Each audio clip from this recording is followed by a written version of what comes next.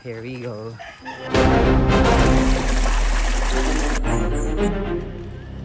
Oh God! You're so amazing!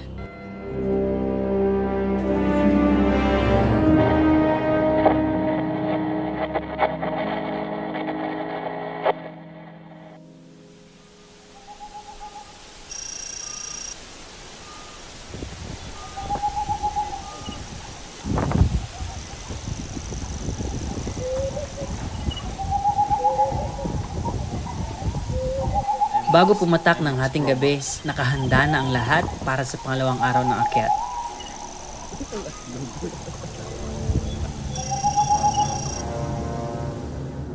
Sa pagkakataong ito, tanging mga ilaw lang ng aming mga flashlights ang aming gabay sa trail.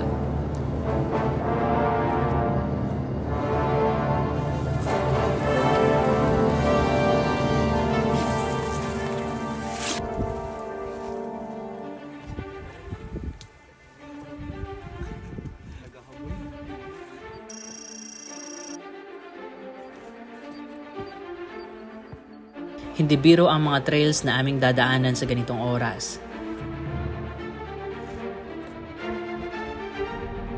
Mga naglalakihang bato at matutulis pa ang mga ito na siyang nagpapadagdag pa sa hirap ng aming pag-akyat.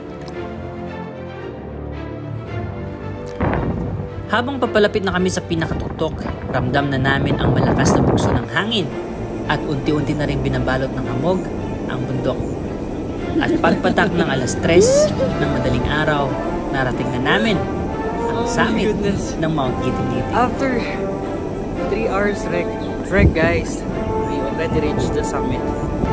It's already 3:11 and mag-stay tayo dito until sunrise. So we still have a lot of energy and para mamaya tapos mag-rest na tayo.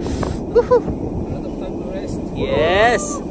Congrats guys! Sobrang lamig, mahangin at makakapal na hamog ang kasama namin sa taas hanggang lumiwanag. Labas na! Alas 5 na ng umaga, nagpakita ang haring araw. Ngunit natakpan ulit ito ng hamog. Labas na! Ialay si Piga!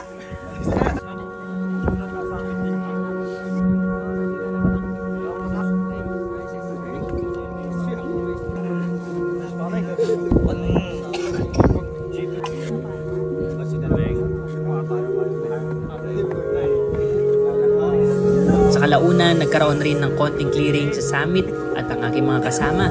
Isinama ko na rin sa pagbati ng magandang umaga. Good morning from one of the most prominent mountains in the Philippines, Mount Gitinggiting!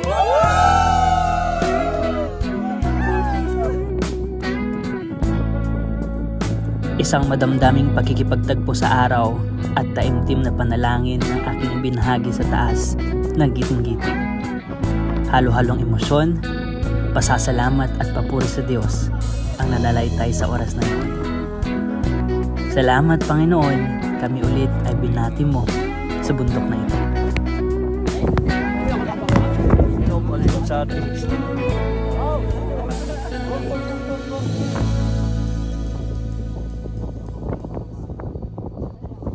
Oras na para bumaba. Malakas pa rin ang hangin at makapalang hamog. Pagkatapos ng ilang minuto, bumungad na nga sa amin ang pinakakinakatakutan ng lahat. Ang 90-degree wall. Isa sa pinaka-highlight ng bundok na ito, ngunit halong kaba at takot dahil na rin sa technicality ng pagbaba. Isa-isa nang bumaba ang mga kasama ko at ako na nga ang susunod.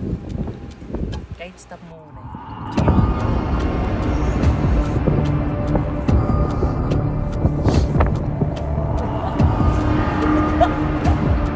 Wait lang. Ano? Kapit. Wait lang.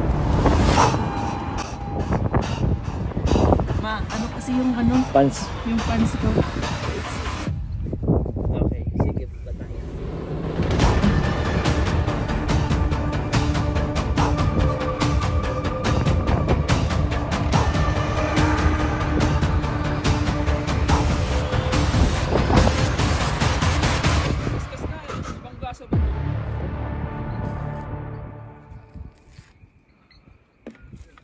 lang naman yung casing. Okay. Nakababa ng lahat, ngunit mga naglalakihang bato pa rin pala ang mga nakaabang sa amin pagbaba. Okay, naka-video ako.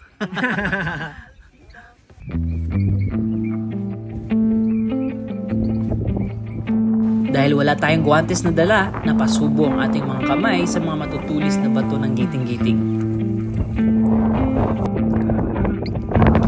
Narating na namin ang Peak of Deception at nagsimula na rin magbigay ng magandang clearing ang bundok.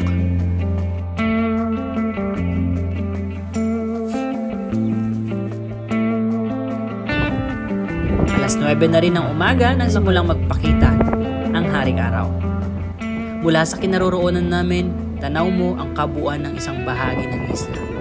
Isang nakakabighaning tanawin at mapapanganga ka na lang sa ganda ng Pilipinas.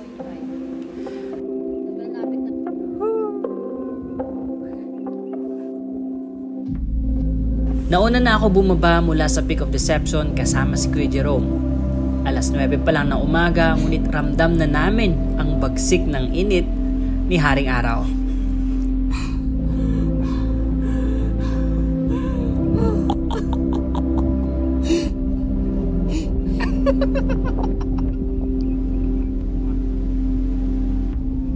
Bandang alas 10, nagpahinga muna kami at inubos na namin ang aming natitirang trail food.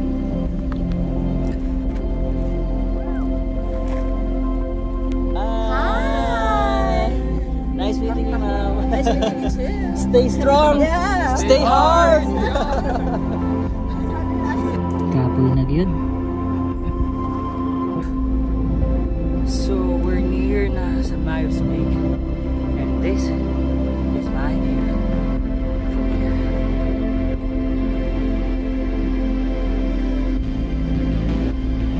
Nanginig din kamay ko sa init. Alas 12 na nang nakarating kami ng Myers Peak. At dumiretso na kami pababa ng Camp 3 kasama si Jello.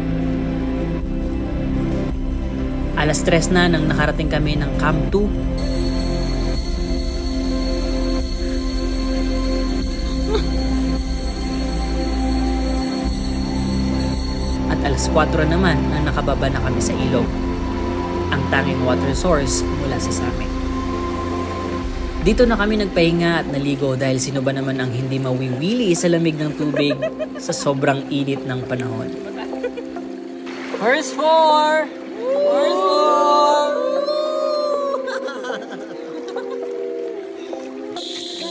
Finally, we reached the DENR. And it's 6 o'clock. Nakarating na tayo dito sa mismong orientation area ng DNR. Congratulations! G2 Survivor! Alas 10 na nga ng gabi nang bumalik kami sa base camp dahil hinintay pa namin ang iba at 12:30 na madaling araw kami na kumpleto.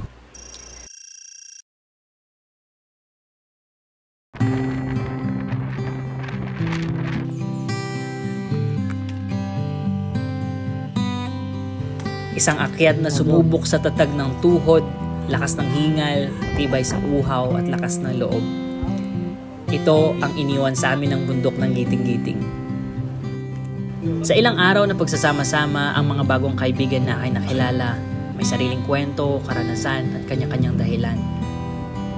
Sa kabila ng preparasyon, tibay ng mga gamit at dami ng mga baong pagkain, isa ang nangibabaw sa lahat, ang pagmamalasakit sa kapwa. Thank you, Mark! Hindi biro ang umakyat na maubusan ng tubig, ma-endure o di kaya mapagod ng sobra. Sa akyat na ito ko, mas lalong nakita ang pagpapahalaga sa pagkikipagkapwa-tao, pagmamalasakit at pakikisama. Salamat sa mga bagong kaibigan, sa masayang pagsasama-sama, at hanggang sa muli nating pagkikita. We survived Mount Giting-Giting.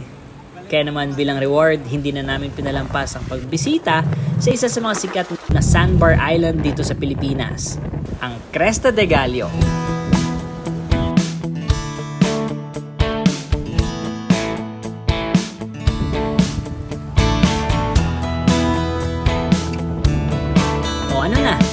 kailan ka aakyat. Pero huwag ka magmadali. Mahirap ang mga bagay na minamadali sa buhay. Basta ang payo ko sa'yo, sa mga pagkakataong aakyat ka, huwag kang uuwi ng hindi mo nagiging kaibigan ng iyong mga kasama. Dahil ang totoo talaga niyan, ang pinaka-highlight ay hindi ang iyong destinasyon, kundi ang mga makakasama mo sa iyong paglalakbay.